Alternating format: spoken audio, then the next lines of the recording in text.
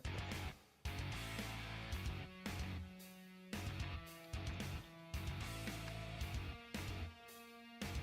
I've been live for 10 seconds and I'm not live yet.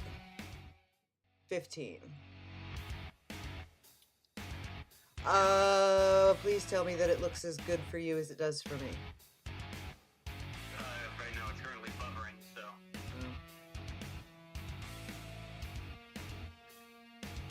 Alright, well, I've got an image up. It says live, but it's perma buffering.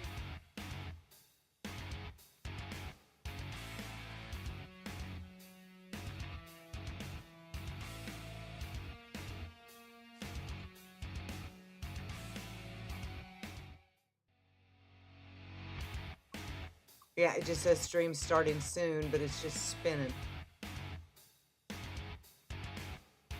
What's it look like on? Oh, it started playing again. Okay, there we go. But it's laggy. And it started buffering again.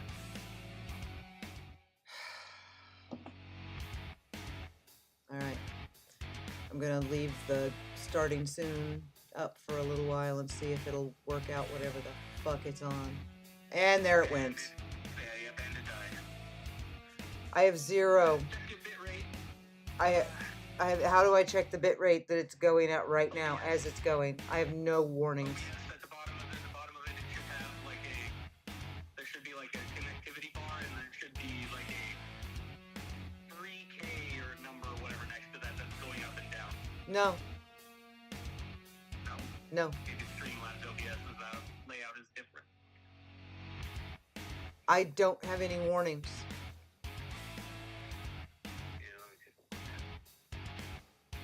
Well, it shouldn't be a warning thing. You should just be able to see. You guys should be able to. I'm actually on the phone with a friend of mine who is helping me troubleshoot. I'm sorry that I had my mic going the whole time.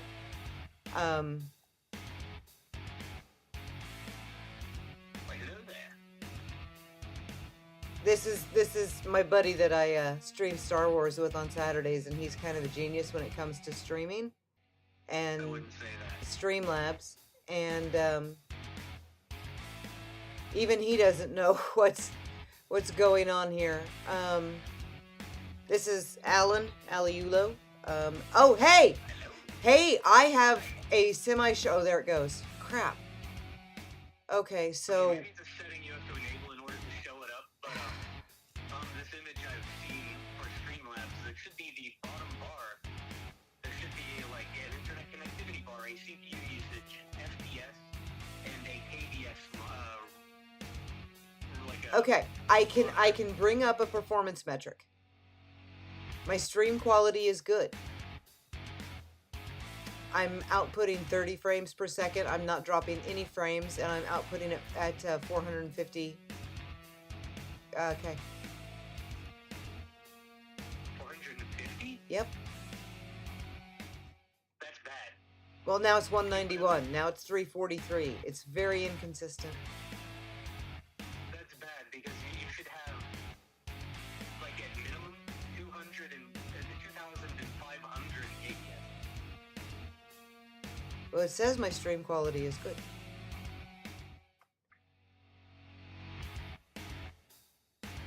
Like the minimum is 2,500.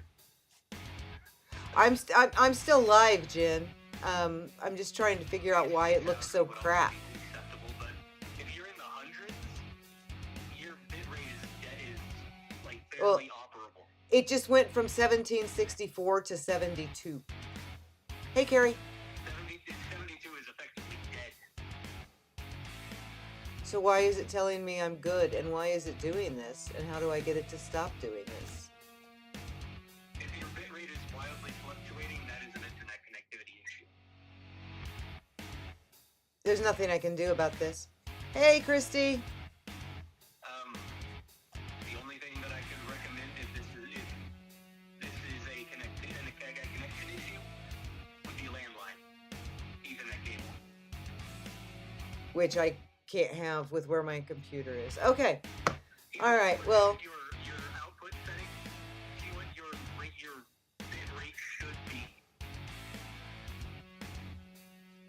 All right. For example, for mine, which is considerably higher quality than what you're aiming for, is 8,500. All right. Well, folks, we are going to, we are going to proceed with the crap output. We're just going to deal with it because I can't fix the internet. So, thank you, Alan, for your assistance. If you want to stick around for the stream, your attendance would be appreciated, even though you do not care a whit for Cobra Kai. Unfortunately, I do have things that I need to go get taken care of. Alrighty. Well, thank you much. And anyone in the audience who is interested, they can catch me on Aliulo's channel on Saturday evenings watching Star Wars. I believe this Saturday we are going to attempt to stream Rogue One. So, Yeah. all right. You can hear me like the stream. Yes, absolutely. All right. So I will talk to you later, Allie. If you can. Yep.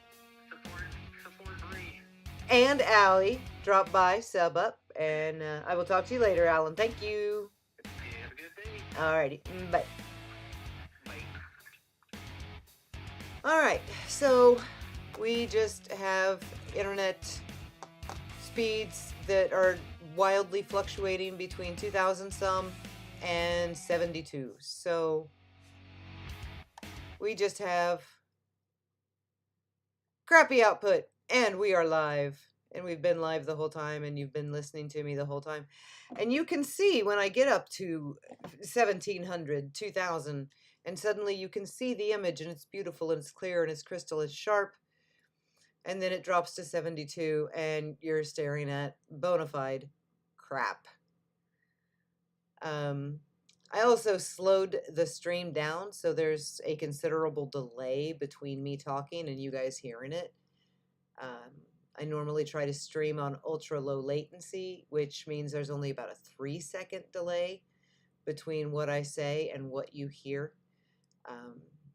I have it on regular latency right now, which I hit the go live button about 45 seconds before it actually went live. So, and right now, I mean, I changed it to this screen a very long time ago, before it actually showed up on the YouTube side, that I was up there. So, I mean, I went to the effort of flipping the videos backwards, so, as part of my transformative commentary that I'm gonna do. Went ahead and flipped them backwards, but hey, my video quality is so crap right now, it's not even gonna matter. Because nothing is gonna resemble anything. You're not gonna be able to tell who is who, because my video output is such crap. Yeah. So, Carrie, perfect lead in. Take it from my tweets, I was not pleased by the finale. That's kind of an understatement.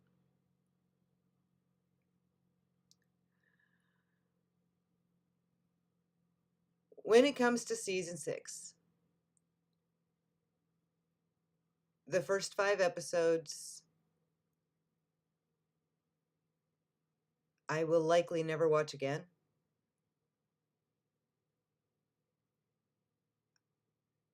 The second batch of 5 episodes, which I watched last Tuesday, I enjoyed tremendously. Part 2 felt very Cobra Kai to me. Cobra Kai, part 2 felt like the Cobra Kai I fell in love with, put it that way. It was very over the top. It was didn't take itself seriously at all. Had the big, huge brawl. It had murder in the middle of everything. It just didn't, I mean, just so irreverent and so just, it just felt very Cobra Kai. That was part 2, and I was very happy with it. And I was very excited going into part 3 that it was going to build on part 2 and it was going to be this big resolution of the last 6 years and everyone's stories were going to be resolved. And I was looking for this big friendship ending for Johnny and Daniel and this big wrap up of their story, only to find out I've been misinterpreting the entire show for the last 6 years and it was never their story.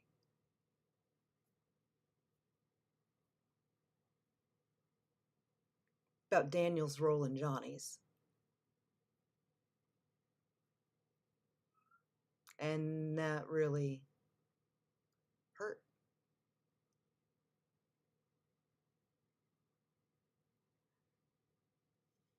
And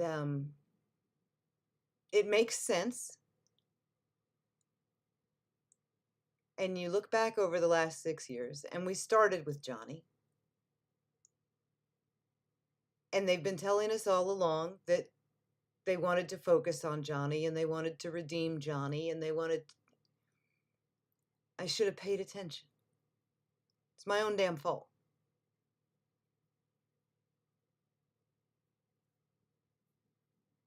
They've been telling us all along it's Johnny's story. I'm the one who didn't hear what they said. It's my fault that I'm upset.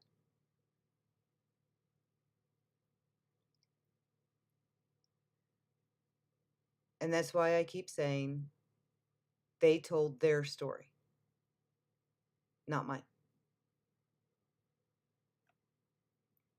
And that's perfectly fine because it was their story to tell.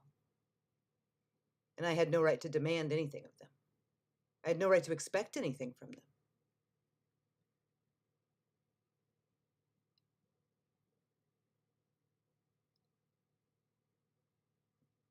But when it comes to the finale specifically, there are some things that just hurt really, really bad. And I don't think they were meant to. I know they weren't meant to.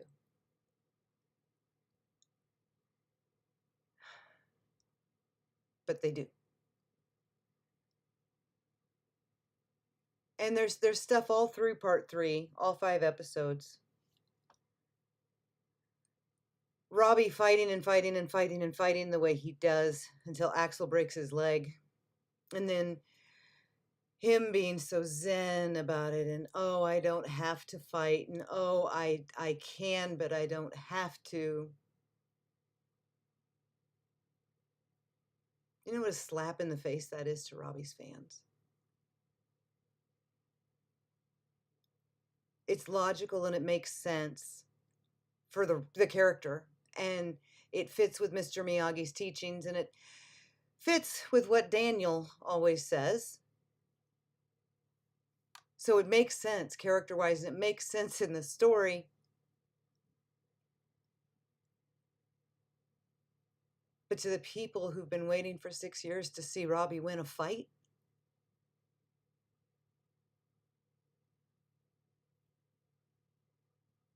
it's kind of a gut punch.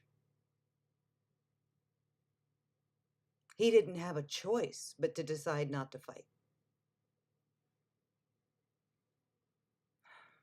No, it's mine. That's why I'm not going to show the videos. It would be too bad. So I'm just going to really quickly just kind of verbally sum it up and get through what I can. It's really not that miraculous to have Robbie be so zen about the fact that somebody broke his leg. He didn't have a choice not to fight.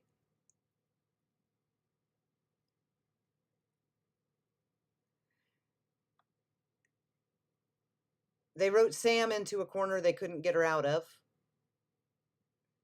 And yes, it made sense for Sam to make the same decision Robbie did.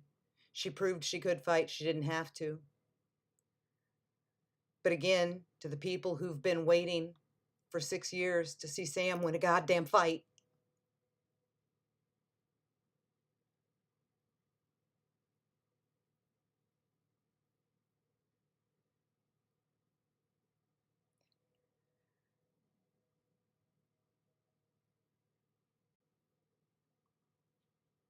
okay, disconnected. Looks like I'm back. Sorry about that.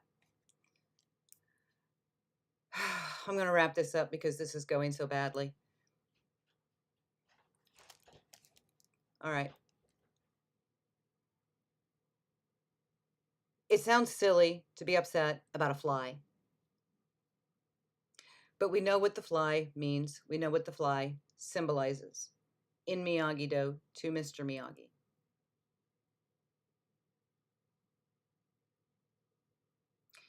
We know that it's a symbol of persistence and faith and belief in oneself.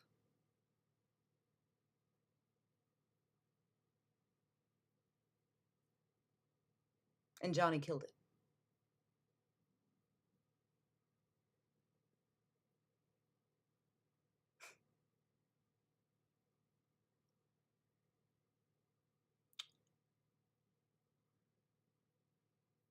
They turned Mr. Miyagi into a punchline. And I don't think they realized they did that. Because I don't think they did it to everyone.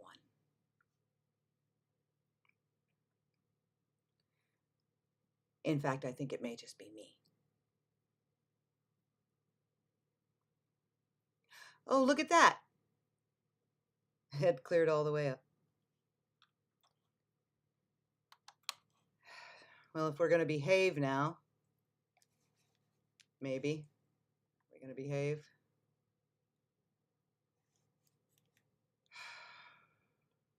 Oh, for God's sake, YouTube thinks I'm a spam bot now.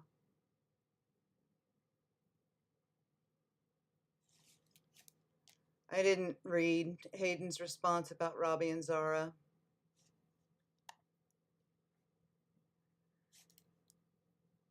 From my own take on it,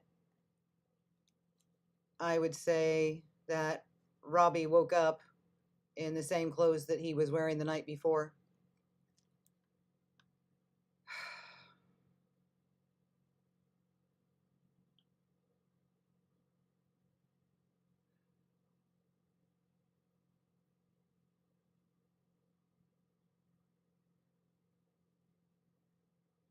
Johnny killing that fly upset me a hell of a lot. I mean, a whole hell of a lot. Watch party, you were here.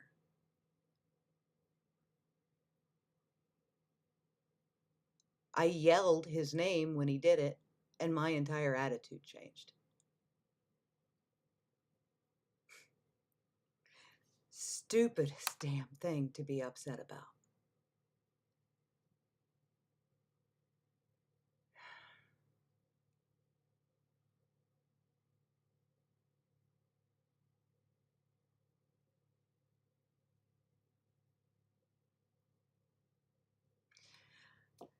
February 2nd, 2002 was a Monday. February 2nd, 2002 was my 29th birthday. February 2nd, 2002 is the day Robbie Keane was born.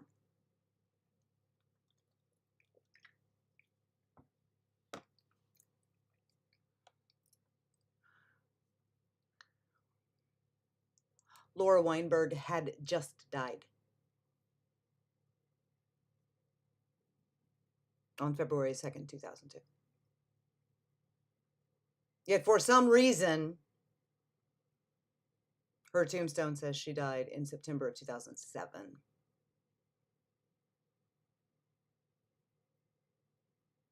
Now this is me. I'm gonna do me. I've picked at them for missing dates from Robert Mark Kamen canon before. I've picked at them for having Sam be 14 and driving when season 1 started.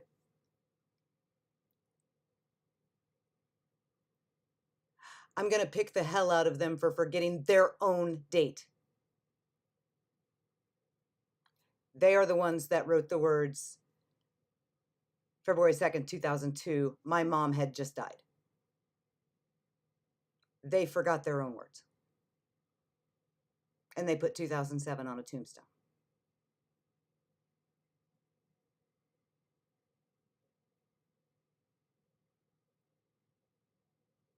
And you want to talk about being upset about silly things?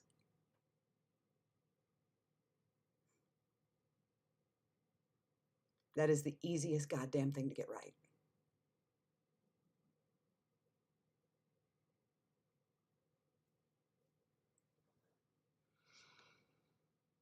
Easiest goddamn thing in the world to get right.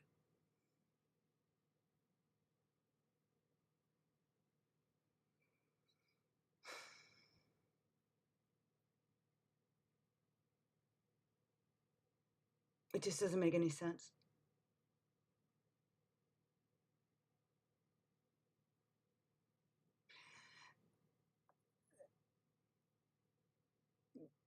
The thing that kind of baffles me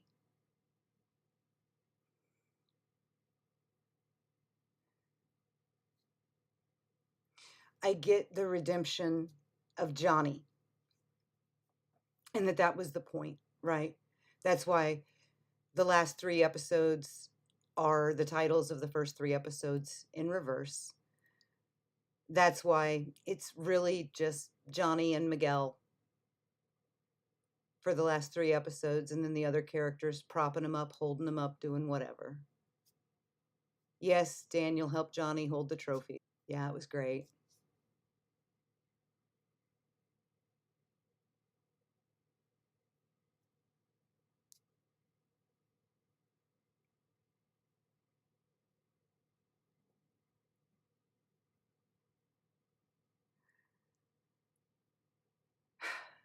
And the one really, really, really personal, picky thing, I mean, you wanted to so freaking specific.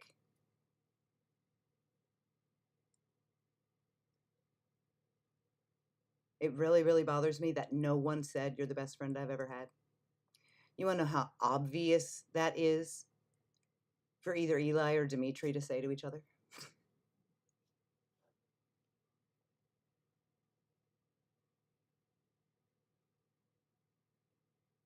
And how natural it would be for either Eli or Dimitri to say back, yeah, you're pretty okay too.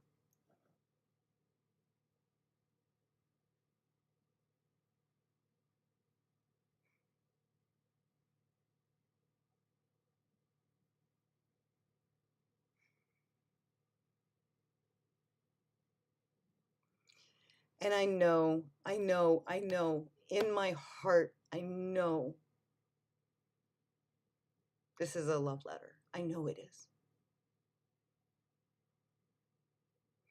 And I know that they wanted to leave it open to follow Robbie and Tanner, or to follow Robbie and Tori down their modeling and karate path, and to follow Miguel at Stanford, and to follow Sam in Okinawa maybe. And we're never going to get a young Miyagi sequel, even though that's the one we asked for. If we get one, it's going to be post World War II, because everything in that box was post World War II.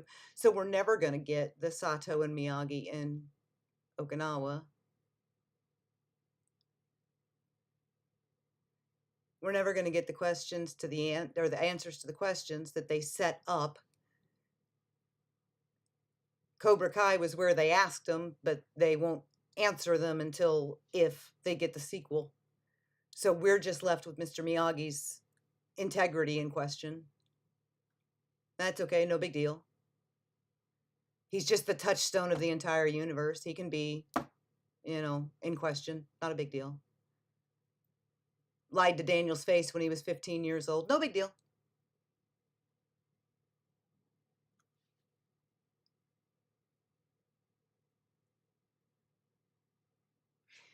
Teaching Daniel that Mr.